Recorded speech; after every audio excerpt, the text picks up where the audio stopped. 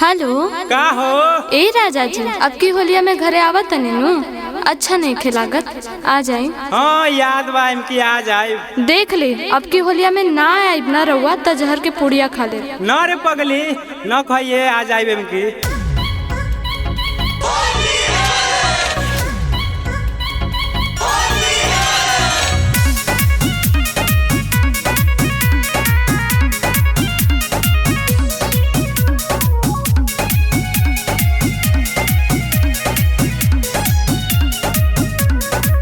सोना तोरा पर कोई विश्वास हो, तोरा रोहे न दे हम उदास हो।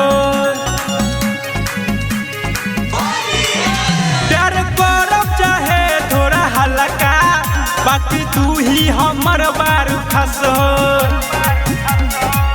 दुश्मन सह बढ़ गइल बा, तू न होई हो दूरिया। रखले हम कीनी नया पुड़िया जाई धली रेल गाड़िया नु हो। ए सोना होलिया में अइब नाही घरवा त खाली में जहर पुड़िया हो। ए सोना होलिया में आई जाइब भिरिया, न खइहो जहर पुरिया हो।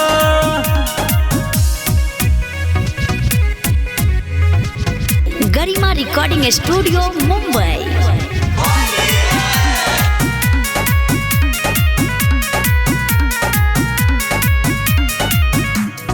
का करब जान दूर समय करावेला, हमनी के प्यार में दुश्मन अगिया लगावेला।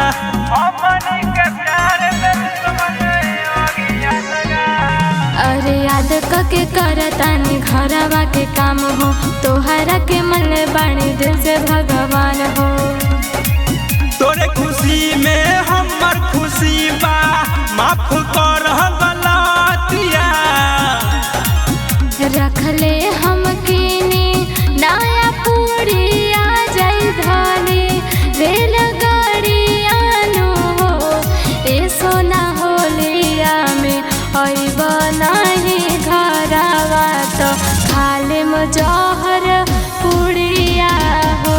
ए जान होलिया में आई जाइब घरवा, न खइहो जहर पुरिया हो।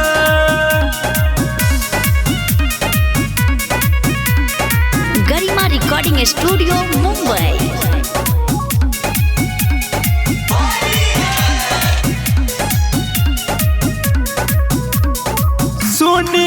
सुनिला के रो आवाजन सोनमा, मंगल निशान पर करत रहिया फोनमा। कितनो खाई मम्मी पापा के हम क्रिया, हरदम रहेला तोहर फिक्रिया।